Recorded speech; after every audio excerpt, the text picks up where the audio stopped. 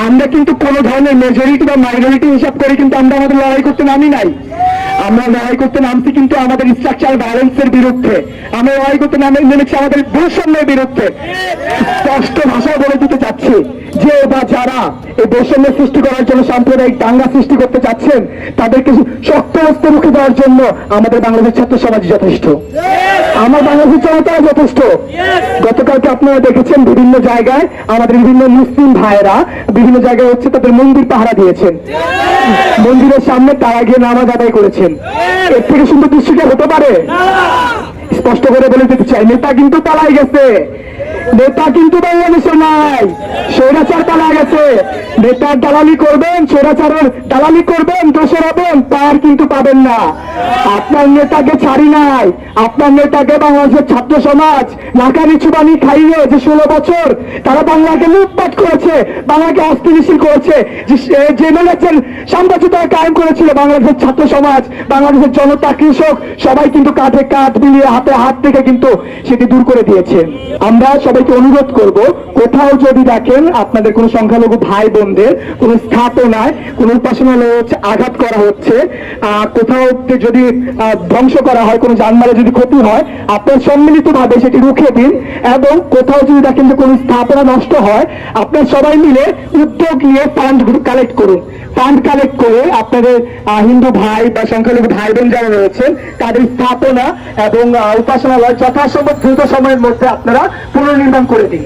এটি আমার আপনাদের কাছে একটি অনুরোধ থাকবে। আমরা হিন্দু, মুসলিম, বৌদ্ধ, খ্রিস্টান, শিখ যেই হই না কেন আমরা সবাই বাংলাদেশি। আমাদের কোনো হিন্দু ভাইদের উপর আক্রমণ করা হলে আমাদের মন কিন্তু ভালো থাকবে না, আমরা কিন্তু সেটার বিরুদ্ধে কথা বলবো। কোন মেডিসিন দিয়ে সেটা রুখে দেওয়া যায় আমরা কিন্তু খুব ভালো করে জানি, আমাদেরকে বাধ্য করবেন না। আমরা যারা এই জিনিসের সাথে জড়িত, যে সাম্প্রদায়িক দাঙ্গা সৃষ্টি করতে চাচ্ছেন, তাদেরকে স্পষ্ট ভাষায় বলছি, হুঁশিয়ার হয়ে যান। পিঠের চামড়া কিন্তু রাখবো না, স্বৈরাচারের পিঠের চামড়া রাখি নাই, আপনাদের পিঠের চামড়াও থাকবে না।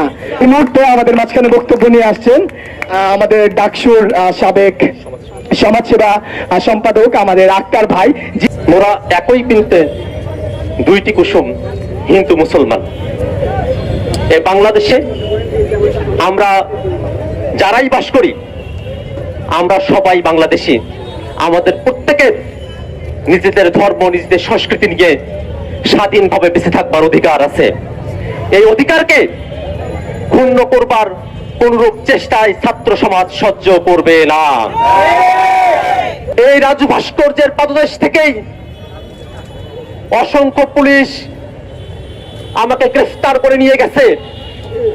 মনে হয়েছিল আর বোধহয় মুক্তি পাওয়া সম্ভব নয়, কিন্তু বাংলার ছাত্র সমাজ দেখিয়ে দিয়েছে ফ্যাসিবাদ যতই শক্তিশালী হোক তার পতন হবেই হবে।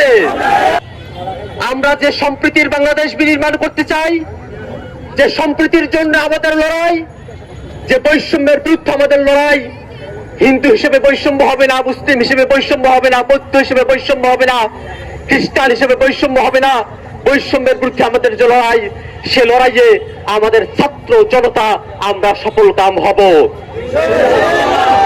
আমি চাইব, আমি এখনো কারাগারের যে ট্রমা সেখান থেকে এখনো পরিপূর্ণভাবে মুক্ত হতে পারি নাই। আমি আপনাদের কাছে দোয়া প্রার্থী।